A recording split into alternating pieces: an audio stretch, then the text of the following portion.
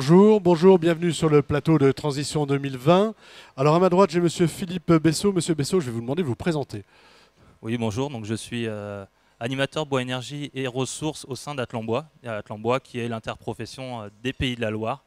Et donc, voilà, je m'occupe Vous vous occupez de bois énergie et de ressources. du bois énergie sur l'accompagnement de projets et la ressource aussi pour travailler avec l'ensemble de la filière sur cette thématique. Sur cette thématique. À votre droite, Monsieur François-Xavier Dubois. Je vais vous demander également de vous présenter. Bonjour, moi je suis le directeur du Centre régional de la propriété forestière pour les Pays de la Loire. Et donc j'aurai la redoutable responsabilité de parler de la forêt privée française, parce que c'est la caractéristique de cet établissement, c'est que nous sommes un établissement public qui est chargé de l'animation de la forêt privée. Et donc c'est à ce titre-là que je m'exprimerai, en laissant le champ libre quand même sur le peuplier à votre mon voisin, Monsieur Drouin. Alors Monsieur Drouin, vous représentez le peuplier, mais pas seulement. Voilà, je suis d'abord co-dirigeant d'une entreprise de fabrique de contreplaqué dans la Sarthe. Nous fabriquons également des emballages industriels et des usinages de panneaux à partir de nos panneaux de contreplaqué. Je suis vice-président du Conseil national du peuplier, qui est une interprofession nationale sur l'essence peuplier. Et puis je suis président de l'Union régionale des scieurs et exploitants forestiers des Pays de la Loire. C'est-à-dire c'est l'antenne régionale de la Fédération nationale du bois. D'accord. Alors, on va commencer par vous, Monsieur Bessot, et avec vous trois, on va se poser la question de savoir où en a la ressource. Moi, ça fait 3 jours que je suis là, ça fait 3 jours que j'entends dans tous les domaines, que ce soit le bois énergie, l'emballage, la construction, qu'il faut mettre le curseur beaucoup plus haut. Donc, il va falloir aller chercher de la ressource. Aujourd'hui, dans les Pays de la Loire, la ressource, elle en est où? Si on se prend aujourd'hui, et on se projettera un petit peu plus dans l'avenir tout à l'heure. Voilà. Aujourd'hui, en fait, on va dire la ressource, ça se détermine selon différents critères. Aujourd'hui, voilà, on sait à peu près ce qui se produit en forêt, même si c'est des chiffres qui sont très très contestables et très très très variants. Et on sait ce qui est récolté. Et bon, au niveau du Pays de la Loire comme au niveau national, les chiffres qu'on indique sont qu'on récolte que 50% de cette ressource-là. Donc, qui dit 50% de la ressource dit qu'il y a un potentiel à aller chercher plus de bois. Il y a un potentiel à aller chercher demain pour toutes ces applications dont j'ai parlé et tous les gens qui sont autour de nous aujourd'hui qui ont envie d'aller plus loin dans leurs activités. Monsieur Dubois, là on vient de parler donc des pays de la Loire. Vous, ce que vous constatez, alors je sais que vous êtes aussi le régional de l'étape, mais si on peut aller un peu plus sur l'ensemble du territoire, c'est un constat qu'on fait, 50% aujourd'hui d'exploitation, le reste étant un petit peu... Alors c'est quoi? C'est laissé à l'abandon? C'est sous-exploité? Non, alors il faudrait vraiment tomber dans le détail autour de ce chiffre de 50%, parce qu'il s'agit de 50% de l'accroissement de la forêt. Ça ne veut pas dire qu'on puisse tout mobiliser. Quand un arbre est trop petit, on ne peut pas le couper, mais il s'accroît quand même. Donc il y a forcément une certaine capitalisation nécessaire si on veut enrichir le potentiel forestier. Mais il y a aussi une récolte qui tient compte de ce capital, qui est un peu faiblarde, on va dire, en ce moment. Et ça, nous avons tous comme mission, bon, je ne dirais pas comme obsession, mais comme mission quand même, d'activer un petit peu les choses pour des questions économiques, mais aussi simplement pour des questions biologiques, du bon état de santé des forêts. C'est nécessaire d'aller chercher un peu davantage de bois. D'accord. Monsieur Drouin, alors vous représentez le peuplier, on ne va pas venir tout de suite sur le peuplier. Est-ce que vous pouvez nous faire un petit... Est-ce qu'on sait si on a de... Je ne sais pas si vous travaillez aussi sur toutes les essences. En tant que scieur, vous devez avoir une connaissance sur ce sujet-là. Et est-ce que c'est toutes les essences qui sont concernées ou est-ce qu'il y a des essences qui le sont moins que d'autres? Non, alors en fait, du point de vue des scieurs, moi je suis dérouleur, mais du point de vue des scieurs, il y a quand même une grosse inquiétude sur la ressource à venir.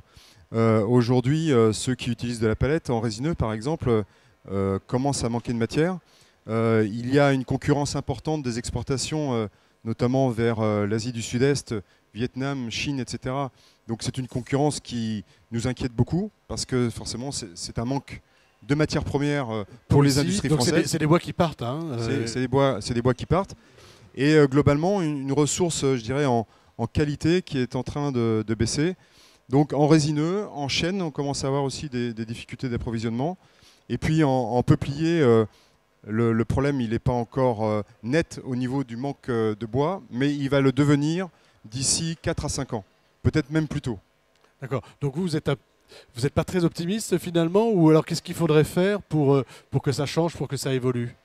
Alors, on le disait tout à l'heure, il va falloir mobiliser plus les bois en ce qui concerne effectivement les résineux et les bois feuillus tels que le chêne ou le hêtre.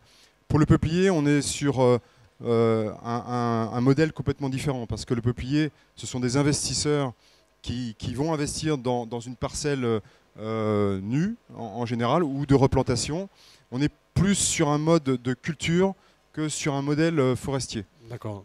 Oui, il y a une inquiétude majeure des exploitants forestiers et des sieurs. Et nous, ce qu'on propose, c'est que pour remplacer le Fonds forestier national, qui était une aide à l'investissement forestier et qui s'est arrêté dans les années 2000, qu'il y ait un investissement aujourd'hui, peut-être des conseillers régionaux, voire des conseillers généraux, pour aider les propriétaires forestiers à reboiser, sachant que ces propriétaires forestiers, ils n'auront en fait le bénéfice de leur investissement que dans 20, 50 ou 100 ans en ce qui concerne le chêne. Voilà. Et aujourd'hui, où tout est immédiat, c'est pas aussi évident que ça. Voilà. Aujourd'hui, c'est vrai que l'argent, on veut en disposer tout de suite. Le mode de vie a changé. On n'est plus forcément dans un mode de vie patrimonial. On va plutôt dépenser l'argent lorsqu'on l'a en voyage ou autre chose. Monsieur Dubois, la forêt, alors un peu en vous provoquant, mais est-ce que la forêt est bien gérée? C'est quoi une bonne gestion des forêts? La deuxième question est plus facile que la première. Je peux faire la première. Une bonne gestion des forêts, c'est de disposer d'un massif forestier suffisamment grand pour qu'il puisse être le support d'un document de gestion durable, ce qu'on appelle un document de gestion durable, plan simple de gestion en particulier, tel que c'est demandé par le Code forestier, et que ce plan simple de gestion soit correctement suivi et appliqué. Cerise sur le gâteau, vous faites certifier votre gestion par une association, un organisme de certification de la gestion durable. Ça, moi j'appelle ça une forêt bien gérée. Une forêt bien gérée, oui. Une forêt, c'est à partir de combien d'hectares? Le plan simple de gestion, c'est 25 hectares, le seuil de présentation obligatoire. Ça paraît faible par rapport aux critères de rentabilité d'un certain nombre d'opérations. Et ça paraît faible aussi par rapport à la motivation des propriétaires forestiers, qui n'est pas uniquement économique, et même parfois pas du tout économique. Et par contre, quand on dépasse le seuil de 100 hectares, par exemple, là, on s'aperçoit que l'intérêt pour l'économie de la forêt devient marqué, alors qu'il faut vraiment le chercher en dessous de ces seuils-là. Ça pousse bien sûr au regroupement de la gestion, à la coopération. Voilà, c'est ça. Est-ce qu'on a des coopératives? C'est des choses qui se mettent en place. Parce qu'il y a aussi, alors je ne sais pas, moi j'habite à la campagne, dans un endroit très boisé, mais on a beaucoup de chasse, et les chasseurs n'aiment pas trop qu'on bouge leur environnement, non? Alors moi je suis de ceux qui disent que la chasse et la forêt, ce n'est pas du tout antinomique, au contraire. L'un s'appuie sur l'autre et réciproquement. Et bon, on a vraiment une très très grande quantité d'exemples pour le démontrer. C'est possible. Oui. Okay. Alors, dans les pays de la Loire, qu'est-ce qu'on met en place? Qu'est-ce que vous mettez en place à votre niveau, à Atlan-Blois, pour à la fois gérer la ressource et voir ce qu'on pourra faire ensuite dans l'avenir? Parce qu'on va se poser maintenant la question de savoir si on a assez de ressources, et on a vu que ce n'était pas aussi évident que ça, pour demain. Dans les pays de la Loire, on est en train de mettre en place ce qu'on appelle ce qui pourrait être une charte, qui pourrait s'appeler Ensemble, mobilisons la forêt pour l'avenir. En fait, c'est vraiment une action de filière où en fait on travaille ensemble pour déjà établir l'état des lieux de notre forêt, bien comprendre où sont les freins à la mobilisation, pourquoi tout le monde n'est pas sous document de gestion. Donc on le sait très bien, lié aux petites propriétés. L'objectif d'atteindre des propriétés pour les mettre sous document de gestion c'est très important. Et finalement, partant de ce constat et puis discutant avec l'ensemble des personnes de la filière, ça va nous permettre de mettre en place ensemble déjà un cadre d'action sur la forêt. Nous avons ensemble défini 3 objectifs qui portent sur la gestion durable, qui portent sur la gestion durable sur la sortie des bois, donc l'exploitation forestière, et sur le renouvellement. Et à partir de ce grand cadre, on définit des actions avec l'ensemble des acteurs de la filière et selon ce que disposent les personnes de la filière. Et il y a une action très très forte, et c'est pour ça que c'est intéressant que monsieur Dubois en plus soit là pour en témoigner, c'est qu'une action très forte qui est en cours d'expérimentation aujourd'hui, qui est de dire, aujourd'hui, les exploitants forestiers ils voudraient atteindre un peu plus la ressource. La ressource, c'est les propriétaires qui l'ont, les propriétaires privés. Ce qui pourrait, voilà, dans le cadre de cette expérimentation, il y a 5 entreprises qui peuvent demander au CRPF les informations. CRPF Au Centre régional de la propriété forestière. Pardon. Le nom des propriétaires. C'est-à-dire que voilà, sur le terrain, ils ont vu qu'il y avait une parcelle, ils ont eu un contrat par exemple pour exploiter une parcelle. Ils peuvent demander par exemple le nom du propriétaire voisin et faire un îlot d'exploitation un peu plus important. Voilà, l'idée c'est de mutualiser un petit peu les choses. Ça, c'est voilà. quelque chose sur lequel vous travaillez, vous, avec vos propriétaires? On travaille bien sûr dans le cadre de l'interprofession. Bien sûr, oui, oui.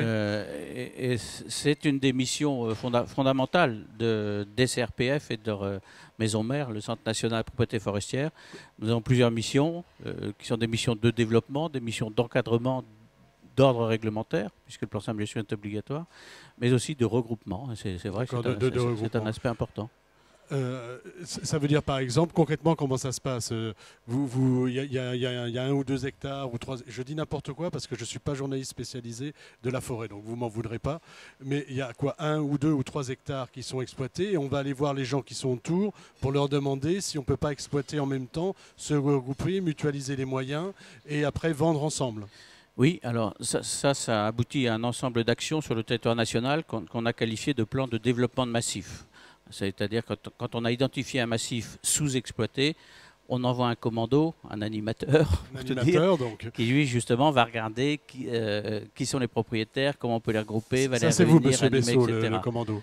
Non. Donc là, l'aspect nouveau ici en Pays de la Loire, c'est qu'on ne va pas a priori choisir les massifs et recruter des gens pour y aller, mais on va travailler ensemble avec les exploitants forestiers. C'est ça qui est nouveau, pour mettre en synergie nos équipes et qu'on soit tous beaucoup plus réactifs.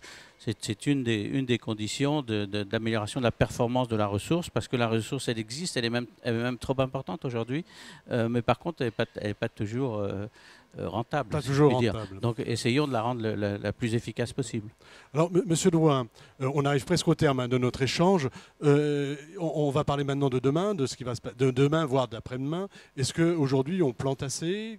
Qu'est-ce qu'il faut planter comme essence? Est-ce que notre forêt, c'est pas de la forêt finalement de friches qui se transforme en forêt? Enfin, qu'est-ce qu'il faut faire pour valoriser et pour valoriser pour demain? Je pense qu'il faut que les propriétaires forestiers continuent à investir dans la forêt. Dans le résineux, par exemple, on voit qu'en Aquitaine, on risque d'avoir un manque de matière dans les années à venir, parce qu'il y a eu quand même des tempêtes successives qui ont un peu disséminé les parcelles forestières. Et donc là, il faut réengager des investissements. Puis si vous me le permettez, je prendrai l'exemple du peuplier.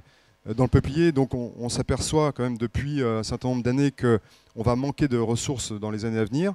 Et c'est pourquoi les industriels, à travers le Conseil national du peuplier, se sont engagés à aider les propriétaires dans leur reboisement.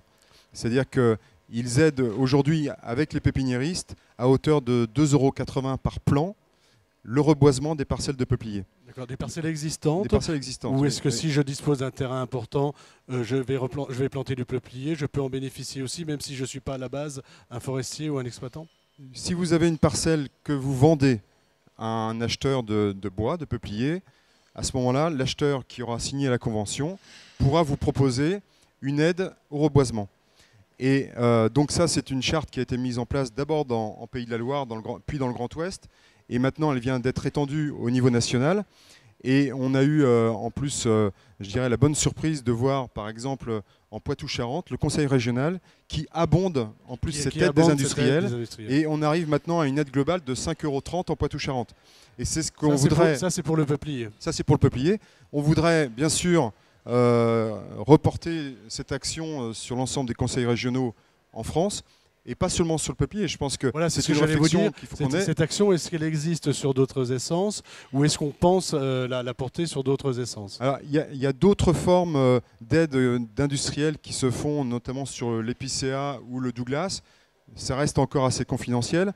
Mais moi, je pense qu'il faudrait lancer peut-être une grande action nationale pour le reboisement, quelle que soit l'essence, en tout cas les essences qui, en perspective, vont manquer dans les décennies qui vont venir. D'accord. Alors, on arrive au terme de ce petit entretien. Je vais vous demander à chacun une petite conclusion. Monsieur Bessot, vous, comment vous la voyez, la ressource de demain? La ressource de demain, elle sera vieillissante si on ne continue pas à lui donner de la valeur. Il faut continuer à couper, gérer, et pour que la forêt garde une valeur de production. Voilà. Alors on a beaucoup d'idées reçues sur la forêt. Vous m'avez présenté tout à l'heure un petit fascicule. Qu'est-ce que ça veut dire? On peut couper du bois sans que ça nuise à la forêt, sans que ça nuise à tout le monde. Enfin, quelles sont les idées reçues les plus reçues, j'allais dire? Oui, il y en a 36 d'après le petit livret que je vous ai remis tout à l'heure. En matière de ressources, l'idée la plus dommageable, c'est qu'on ne se souvient pas que le bois vient de la forêt. Quand on utilise du bois, c'est très bien, tout le monde a envie d'avoir des beaux meubles, etc. Mais on ne se souvient pas, on oublie que ça vient de la forêt, que ça nécessite de l'exploitation, de la gestion. Et quelquefois, il y a une rupture entre les deux niveaux. Et l'opinion publique a besoin de se réconcilier avec cette idée-là, qui a vraiment été perdue de vue. L'idée que quand on a un meuble chez soi, c'est d'abord un matériau qui vient de la forêt. Oui, et que c'est rendre service à la forêt finalement, que de pouvoir l'exploiter. Que de pouvoir l'exploiter. Et si on resitue ça dans un contexte beaucoup plus actuel, par exemple du changement climatique et du captage de carbone, la solution, à part le respect des océans, la solution terrestre la plus efficace, c'est quand même le stockage du carbone par la forêt et par le bois. Et par le bois. Monsieur Drouin, une conclusion de votre côté, comment vous voyez l'avenir? Eh bien, en fait, l'avenir, vous voyez, à la Fédération nationale du bois, nous venons de mettre en place un label. C'est un label Essence française. Et ce que veulent les scieurs, ce que veulent les dérouleurs, ce que veulent les transformateurs du bois aujourd'hui, c'est utiliser des bois français au maximum, essayer d'augmenter cette part de bois français dans la construction, dans les produits à base de bois. Mais pour ça, il faut alimenter la forêt. Et surtout, il faut la gérer durablement. C'est vraiment tout l'objet qui est fait à travers ces actions de la Fédération nationale de bois. Et en plus, en association avec des labels de gestion durable, notamment le PEFC. Merci. Merci beaucoup. Merci, messieurs, d'être venus jusqu'à nous sur notre plateau Transition 2020 et PEFC, notre partenaire. Voilà. Merci. Merci, au revoir.